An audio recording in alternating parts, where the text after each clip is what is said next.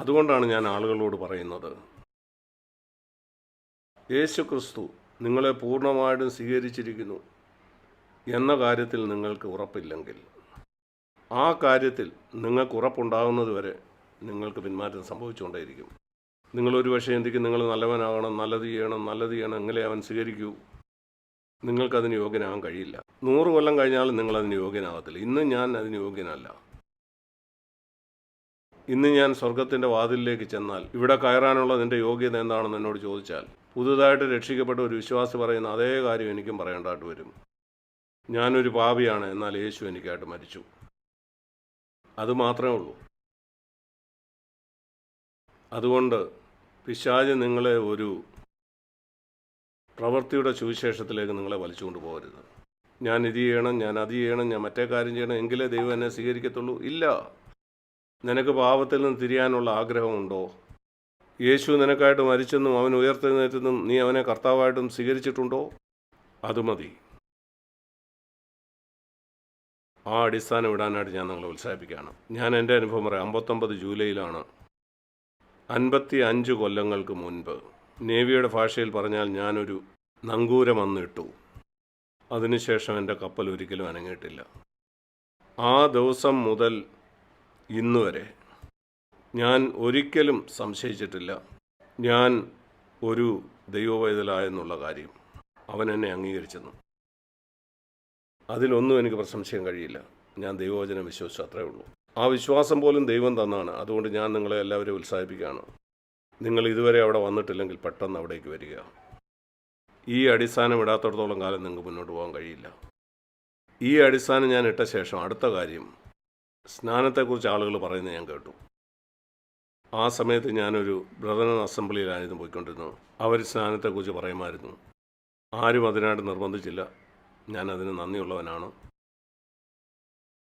ഞാൻ മനസ്സിലാക്കി 2 തരം പഠിപ്പിക്കലുകളുണ്ട്. ശിശു സ്നാനം, നിങ്ങൾ ശിശുവായിരിക്കുമ്പോൾ സ്നാനപ്പെടും, അങ്ങനെ സ്നാനപ്പെടുത്തി നിങ്ങൾക്ക് രണ്ടാമതൊരു സ്നാനത്തിൻ്റെ ആവശ്യമില്ല. ഞാൻ യാക്കോബായ ഓർത്തഡോക്സ് സഭയുടെ ഒരു ഭാഗമായിരുന്നു. ആളുകൾ എന്നോട് പറഞ്ഞു, ഇവിടെയുള്ള ആളുകൾക്കാണ് സത്യത്തിൽ രക്ഷ വേണ്ടിയത്. ബ്രദറൻ സഭയിലുള്ളവർ, അവർ രക്ഷിക്കപ്പെട്ടവരാണ്. നീ സ്നാനപ്പെട്ടാൽ ഈ സഭ നിന്നെ പുറത്താക്കും, പിന്നെ അങ്ങനെയാണ് അവരോട് നിനക്ക് സുവിശേഷം പറയാൻ കഴിയുന്നത്. അത് നല്ലൊരു കാര്യമായിട്ട് എനിക്ക് തോന്നി. അങ്ങനെ ഞാൻ വചനം പഠിക്കാൻ തുടങ്ങി. ശിശുസ്നാനത്തെപ്പറ്റി ഒരു വാക്യം പോലും വേദപുസ്തകത്തിൻ്റെ ഒരു ഭാഗത്തും ഞാൻ കണ്ടില്ല.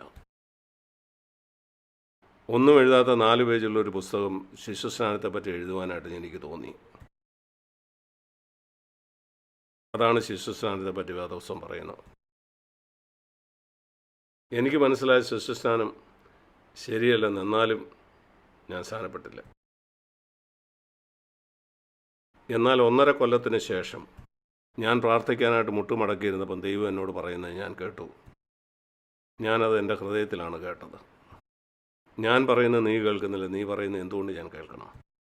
അതാണ് ഞാൻ പഠിച്ച 2ാമത്തെ കാര്യം. 1ാമത് എൻ്റെ രക്ഷയുടെ ഉറപ്പായിരുന്നു. അതിനുശേഷം നിങ്ങൾ പഠിക്കേണ്ട ഒരു കാര്യം ഇതാണ്. ദൈവം നിങ്ങളോട് ഒരു കാര്യം ചെയ്യാൻ പറഞ്ഞാൽ, സ്നാനം പോലെ ഒരു ചെറിയ കാര്യം, സ്നാനം എന്ന് പറഞ്ഞാൽ വെള്ളത്തിലേക്ക് പോയി കയറി വരുന്നു, അത്രേ ഉള്ളൂ. എന്നാൽ നിങ്ങളത് ചെയ്യുന്നില്ലെങ്കിൽ ദൈവം നിങ്ങളോട് ഇങ്ങനെ പറയുമെന്ന് പ്രതീക്ഷിക്കണം. നീ എന്നെ കേൾക്കുന്നില്ല, ഞാൻ എന്തുകൊണ്ട് നിന്നെ കേൾക്കണം? എന്ത് കാര്യത്തിലാകാതെ ഒരാളോട് പോയി ക്ഷമ ചോദിക്കാനായിരിക്കാം ദൈവം നിങ്ങളോട് പറയുന്നത്. നിങ്ങൾ തെറ്റായിട്ട് സമ്പാദിച്ച പണം തിരിച്ചു കൊടുക്കാനായിരിക്കാം.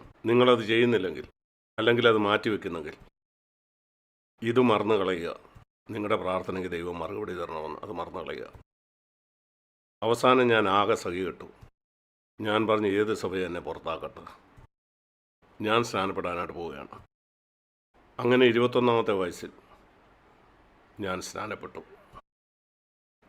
അത് നിങ്ങൾക്കറിയാമോ, ഈ ലോകത്തിൻ്റെ ആകർഷണ വലയത്തിൽ നിന്ന് പുറത്തേക്ക് തെറിക്കുന്നത് പോലായിരുന്നു. നിങ്ങൾ ആ ശൂന്യാകാശത്തിലേക്ക് പോകുന്നു. അവിടെ നിങ്ങൾക്കറിയാമോ, ഈ റോക്കറ്റ് മുകളിലോട്ട് പോകുമ്പോൾ വളരെ നേരം വളരെ പോരാട്ടമാണ്. കാരണം ഗുരുത്വാകർഷണത്തിനെതിരെ അത് പൊരുതുകയാണ്. അവസാനം അത് ഭൂമിയുടെ ആകർഷണവലയത്തിൽ നിന്ന് പുറത്തെത്തും. പിന്നെ അതിനൊരു തടസ്സവുമില്ല, അത് ചൂന്ന് പറഞ്ഞ് പോകും. ഇതുപോലെ തന്നെ ഒരു കാര്യമാണ് എൻ്റെ ജീവിതത്തിൽ സംഭവിച്ചത്. ഞാൻ സ്നാനപ്പെട്ട് കഴിഞ്ഞപ്പം എനിക്കറിയില്ല, അത് അതിവേഗം കുതിക്കാനായിട്ട് തുടങ്ങി. വേഗത വളരെ കൂടി. ആ വേഗം കൂടി 1, 2, 3, 4 എന്നല്ല, അത് 2, 4, 8, 16 അങ്ങനെയാണ് കൂടിയത്. അതാണ് എൻ്റെ ജീവിതത്തിൽ സംഭവിച്ചത്. എനിക്ക് മനസ്സിലായത് ഒരു കാര്യമാണ്, ഈ സ്നാനം എന്ന് പറയുന്നത് ചെറിയൊരു കാര്യമാണ്. നിങ്ങൾ ആ ജലത്തിലേക്ക് ഇറങ്ങിപ്പോകുന്നു, പുറത്തേക്ക് വരുന്നു. അത് എൻ്റെ കാര്യത്തിൽ എന്തായാലും ഒരു വലിയ പടവ് തന്നെയായിരുന്നു. അത് ഒരു സാധാരണ കാര്യമല്ലായിരുന്നു. അതുകൊണ്ടാണ് ഞാൻ ഒരിക്കലും ആരെയും ഈ കാര്യത്തിൽ നിർബന്ധിക്കാത്തത്. നിങ്ങൾക്കതേക്കുറിച്ച് ഉറപ്പുള്ളപ്പോൾ നിങ്ങൾ സ്നാനപ്പെടുക. കാരണം നിങ്ങൾ അർത്ഥമില്ലാത്ത ഒരു ആചാരം ചെയ്യുന്നതുകൊണ്ട് ഒരു കാര്യവുമില്ല. അതെൻ്റെ ജീവിതത്തിൽ ചെയ്തത് എന്താണെന്ന് എനിക്കറിയാം.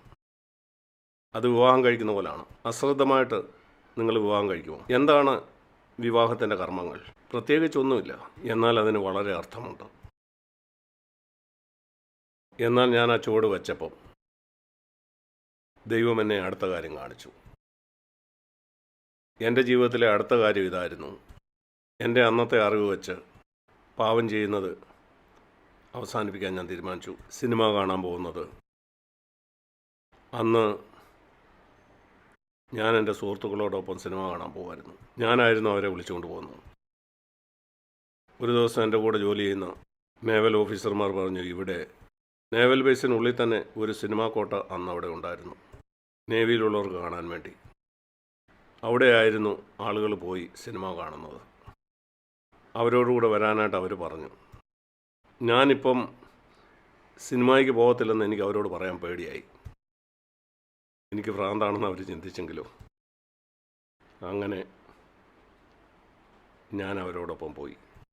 ആ സിനിമാ തിയേറ്ററിന് നേരെ നടക്കുകയാണ്.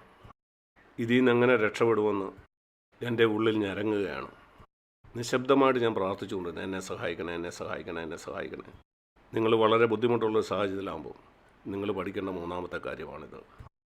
നിശബ്ദമായിട്ട് ദൈവത്തോട് നിലവിളിക്കുക. ദൈവം അത് നിങ്ങൾക്ക് വേണമെന്ന് നിങ്ങൾ ആഗ്രഹിക്കുന്നത് കാണുമ്പോൾ അവൻ നിനക്ക് വേണ്ടി അത്ഭുതം ചെയ്യും.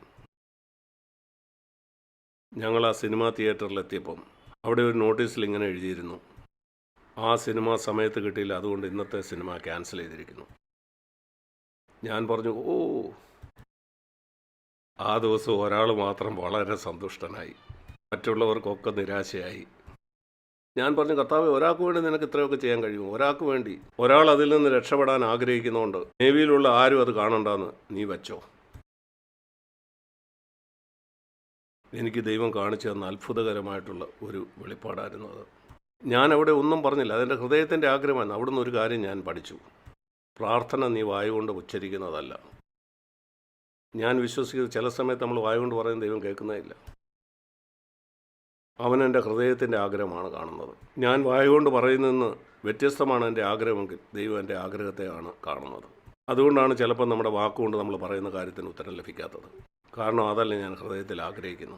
ചില സമയത്ത് നിൻ്റെ നാവ് കൊണ്ട് നീ ഒന്നും പറയുന്നില്ല, എന്നാൽ നിൻ്റെ ഹൃദയത്തിൻ്റെ ആഗ്രഹത്തിന് ഉത്തരം ലഭിക്കും. അതുകൊണ്ട് എൻ്റെ ജീവിതത്തിൻ്റെ ആരംഭത്തിൽ തന്നെ ഞാൻ പഠിച്ചു, പ്രാർത്ഥനയെന്ന് പറയുന്നത് വാക്കുകളല്ല. അനേക ആളുകൾ പറയുന്ന പോലെ മണിക്കൂറുകൾ മുട്ടയെന്ന് പ്രാർത്ഥിക്കുന്നില്ല. ഞാനത് സാറിന് പ്രസംഗിക്കാറില്ല, നിങ്ങൾക്കറിയാം. ദൈവത്തിൻ്റെ നാമം മഹത്വപ്പെടുത്തുവാനായിട്ട് നിങ്ങളുടെ ഹൃദയത്തിലുണ്ടാകുന്ന ഒരു വലിയ വാഞ്ചയാണത്. അതിനുശേഷം എൻ്റെ കഴിഞ്ഞകാല ജീവിതത്തിൽ എൻ്റെ കുറവുകളെ പറ്റി ദൈവം എന്നെ കാണിക്കാനായിട്ട് തുടങ്ങി. ഗവൺമെൻറ്റിനെ വഞ്ചിച്ച് എൻ്റെ കയ്യിലുള്ള പണം അത് മടക്കി കൊടുക്കേണ്ടതിനെ പറ്റി കർത്താവ് എന്നോട് സംസാരിക്കാൻ തുടങ്ങി.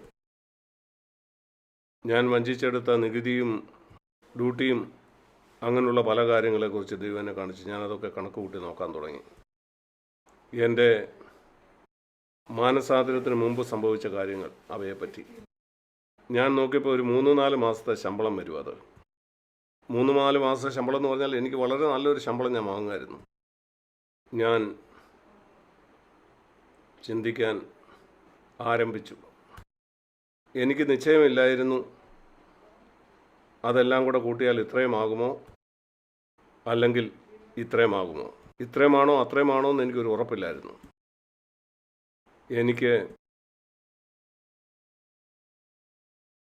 ഞാൻ കണക്ക് കൂട്ടി കിട്ടിയ ഒരു സംഖ്യ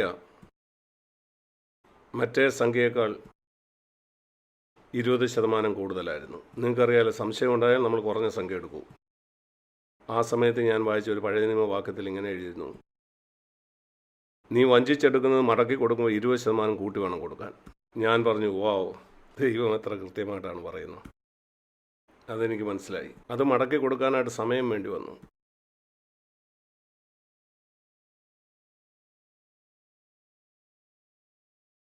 നിങ്ങൾക്ക് ആ വാക്യം അറിയണമെങ്കിൽ അത് സംഖ്യാപുസ്തകം 5-ാം അധ്യായത്തിലാണ്.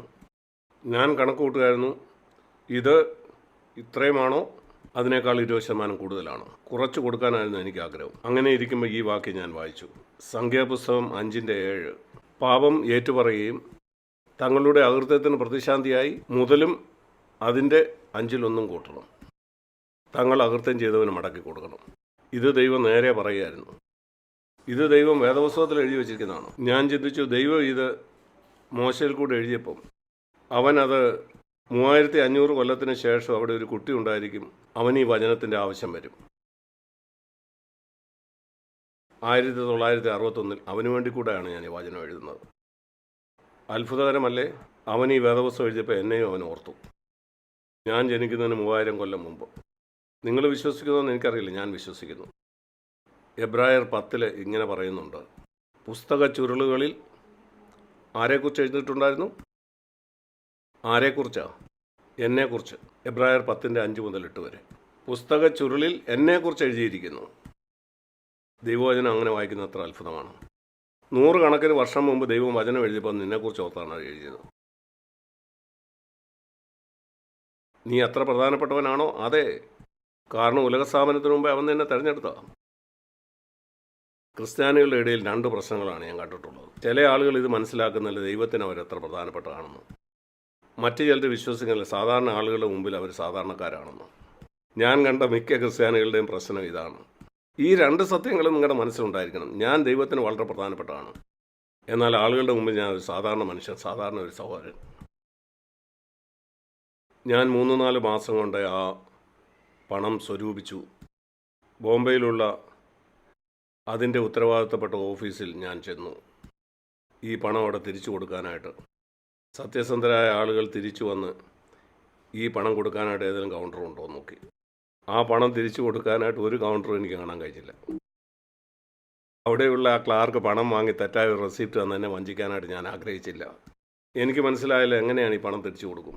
ടാക്സ് വഞ്ചിച്ചെടുത്തവർക്ക് മാനസാന്തരപ്പെട്ട ആ പണം തിരിച്ചു കൊടുക്കാനായിട്ട് അവിടെ ഒരു ഡിപ്പാർട്ട്മെൻറ്റും ഞാൻ കണ്ടെത്തിയില്ല. ഞാൻ എന്താ ചെയ്തതെന്നറിയാമോ?